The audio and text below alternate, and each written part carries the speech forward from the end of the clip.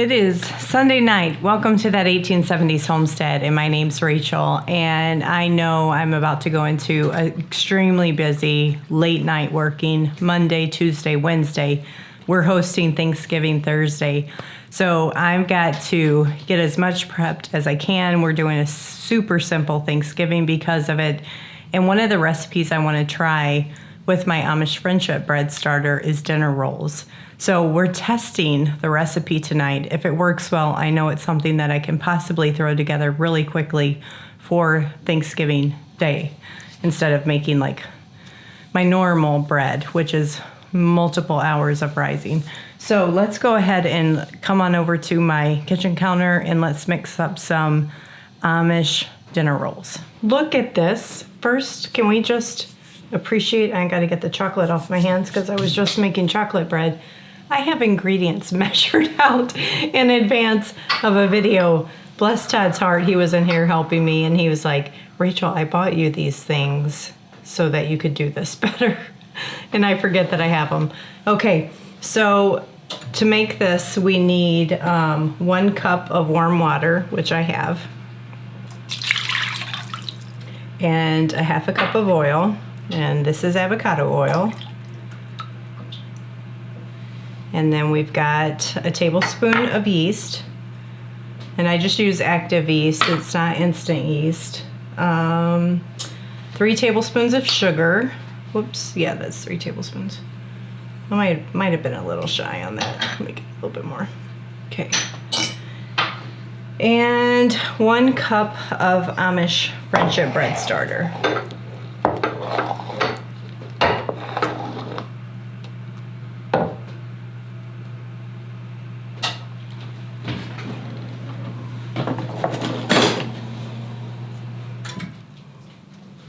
And this Amish Friendship Bread starter was just fed today, so it's nice and happy. Anytime you cook with your Amish Friendship Bread starter, you can do it, you know, at the 5-day cycle, I've done it even at the 8-day cycle because it was so bubbly and active. You just want to make sure it's recently been fed and it's active. Okay, now I'm going to just mix all this together and we're just going to let that yeast get activated that we added. Get nice and happy. So about 10 minutes and we'll be back and we will add the rest of our ingredients. All right, I'm going to put in my 1 beaten egg. It's been well enough time for that yeast to get activated and bubbly. I'm going to add 3 cups of flour, 1 cup at a time, and maybe up to add another quarter. We'll see how it goes. And you can do this in your KitchenAid. I just didn't want to get it out.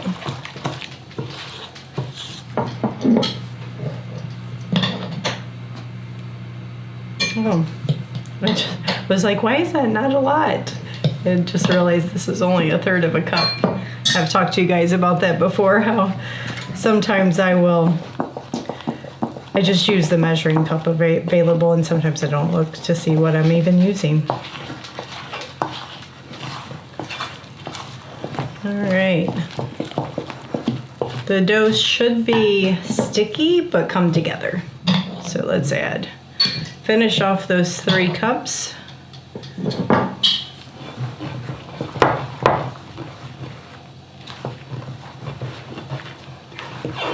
And you can use bread flour. I'm just using all-purpose because that's what I have. I think I will add a sprinkle back in. So this would be my 1/4 of a cup or so.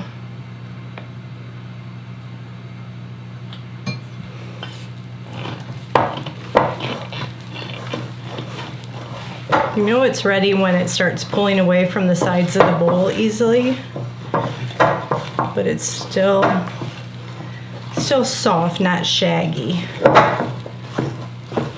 Okay, now I'm just gonna let this rest for 30 minutes and see where we're at. My kitchen's nice and warm right now because I'm running the oven cooking some chocolate Amish bread, which we'll have a video on. If you've not seen it, either there or it will be there shortly. So I'm going to cover it with a damp towel, and we're going to see how it rises. It's supposed to rise in 30 minutes. If it's not risen, then we will let it sit for a little bit longer. Once again, welcome to Rachel's Kitchen, where we make lots of mistakes. So, oops, I wanted to oil my hands. So I have my pan oiled. Ignore what I said about letting this rise. We're supposed to just pinch off balls of dough and shape our little dough balls. I'm really feeling like this. I should have added more flour. It's going. Okay. I just went and got myself a cup of oil so I can handle this dough better.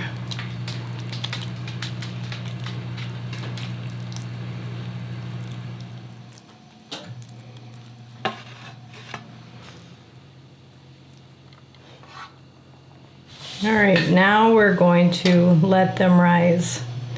I wish I had one of those, divider ones where they're gonna end up growing into each other, and then we'll just pull them apart. Okay, so now damp towel, Rachel. Okay, I'm gonna set them on the oven where it's nice and warm, not in the oven, just on it, because I'm baking bread. Get a damp towel on, moving it over here.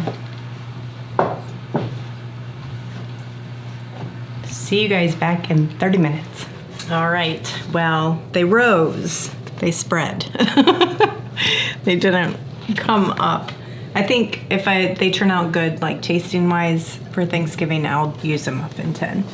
So let's put them in the oven. We are at 400 degrees and we're gonna go 10 minutes and check on them. I'm gonna let them go just a little longer.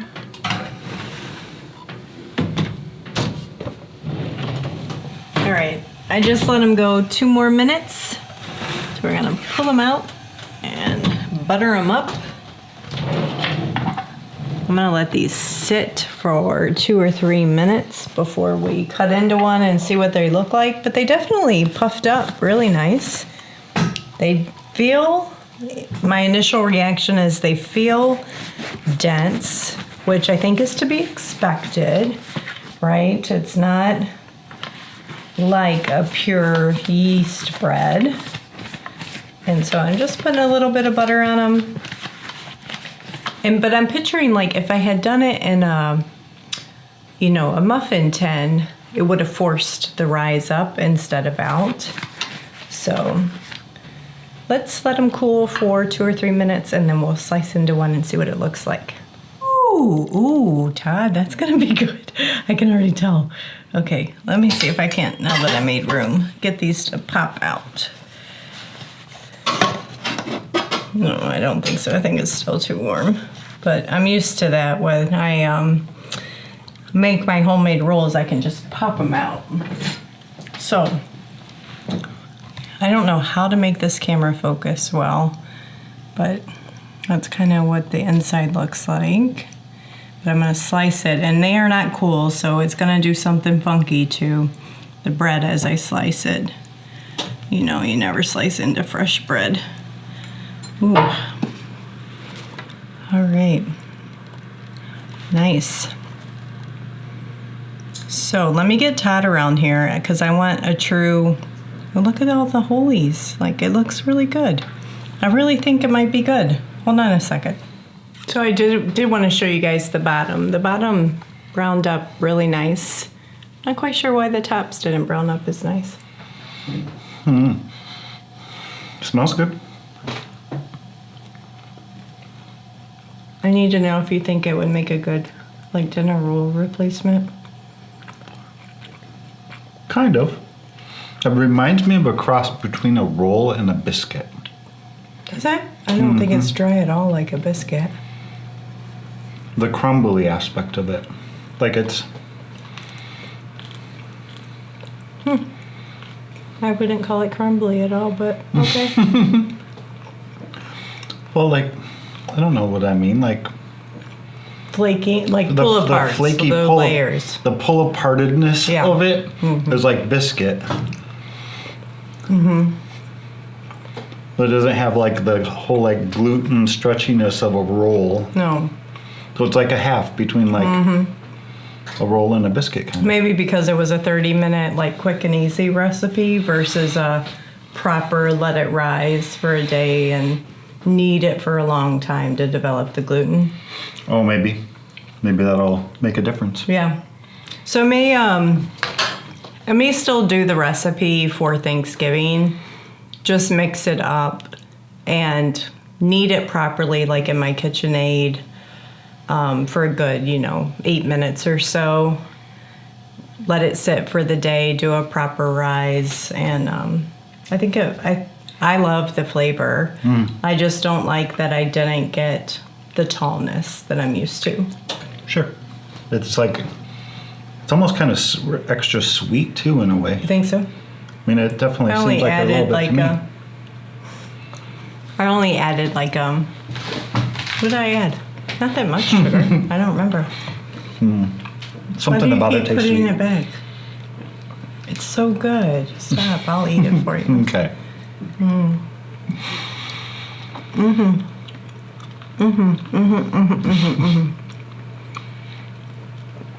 Probably because you just had that chocolate bread. I did. I'm stuffed. Okay. Well, there you go. I'm trying to teach myself how to learn it. I wanted to try the recipe with you guys. It definitely rose. They puffed up. Beautiful. Chewy, but not too dense after all. And sweet. I think I'm going to try it. Oh, yeah? I think so. All right. All right. See you guys on the next one. All right. Bye, guys. Bye, guys.